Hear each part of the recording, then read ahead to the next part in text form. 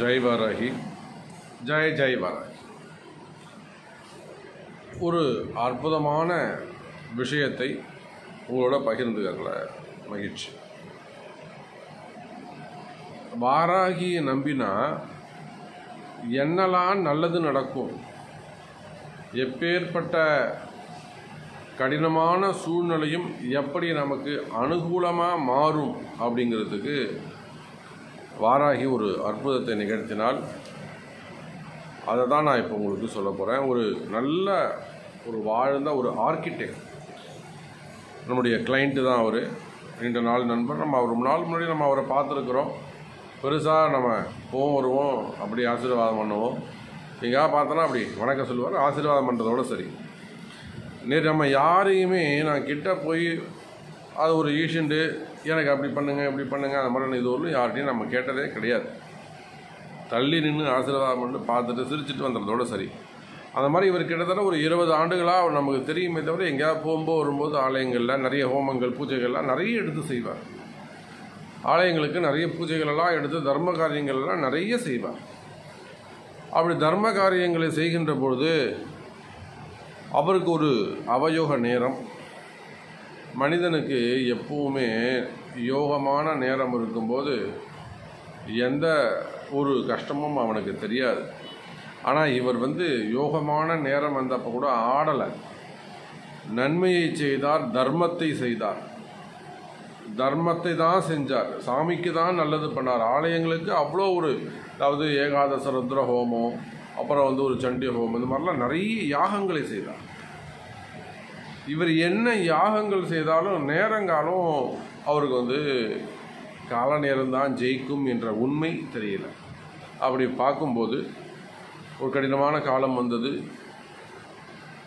வேலையே இல்லை.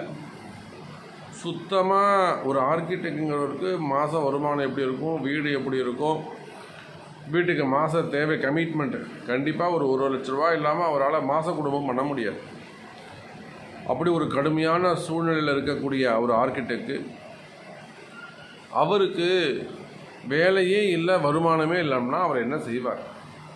அப்போது அவருக்கு நான் சொன்னது, அவர் இந்தியா தான், பாரத தேசத்தில் தான் இருக்கார், இந்தியாவில் தான் இருக்கார். அப்போ நான் அவருக்கு சொன்னேன், ஒரு சில வழிகாட்டுதல்கள் சொன்னேன். நம்மிடத்தில் வந்தார் என்பதை விட குருநாதரை நம்பி வந்தார். சாமி நீங்கள் தான் என்னை காப்பாற்றணும், நீங்கள் தான் வாராகி, எனக்கு வாராகி தெரியாது, நீங்கள் தான் வாராகி, எனக்கு ஏதேனும் நீங்கள் எனக்கு நன்மை செய்யணும், எனக்கு ஒன்றுமே தெரியாமல் இருக்கு சாமி அப்படின்னு சொல்லிட்டு வந்தார். ரொம்ப அச்சப்பட்டார். ஏன்னா ரொம்ப தெரிஞ்சவர் இல்லை, ரொம்ப நம்ம அதை ஒரு கௌரவமான பழக்கம் இருந்தது. நம்மகிட்ட வரத்துக்கே யோசித்தார், வந்தார். ஒரு சில பரிகாரங்கள் நீங்கள் நம்ப மாட்டீங்க, ஒரு 3 மாதத்துக்குள்ளே அவர் தனியாக ஒரு தொழில் செய்யக்கூடிய வகையில் தினந்தோறும் ஃபோன் பண்ணுவார். 3 மாதத்தில் எப்போ நம்மகிட்ட ஜாதகம் பார்த்துட்டாரோ அதுலேருந்து தினந்தோறும் ஃபோன் பண்ண, சாமி எனக்கு இப்படி சொல்கிறாங்க, கடங்காரங்க கால் பண்ணுறாங்க, பசங்க இப்படி சொல்லுது, பசங்க நான் வீட்டு விட்டு வெளியில் போகலான்னு இருக்கேன். தினந்தோறும் ஃபோன் பண்ணுவார். எனக்கு என்னால் முடியல சாமி, நான் எதாவது செஞ்சுக்க போகிறேன், நான் வேறு ஏதாவது முடிவு எடுத்துட்டேன். இதான் நான் சொல்லுவேன், சார் என்னை கேட்காம அமைதியாக இருங்க, இதையே சொல்லிட்டு இருந்தேன். நான் சொன்னதை மட்டும் செய்யுங்க அப்படின்னு சொன்னேன். இன்றைக்கி அவர் அழகாக வேலை கிடச்சி தனியாக தொழில் செய்கிறாரு.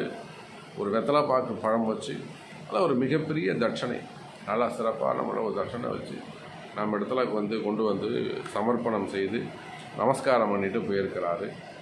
இது எதுக்காக சொல்கிறேன்னா, இந்த மாதிரி திடீர் கஷ்டங்கள் வருமே ஆனால் உங்களுக்கு வழிகாட்டுவதற்காக வாராகி இருக்கிறாள், வாழ வைப்பால் வாராகி. ஆசீர்வாதம்.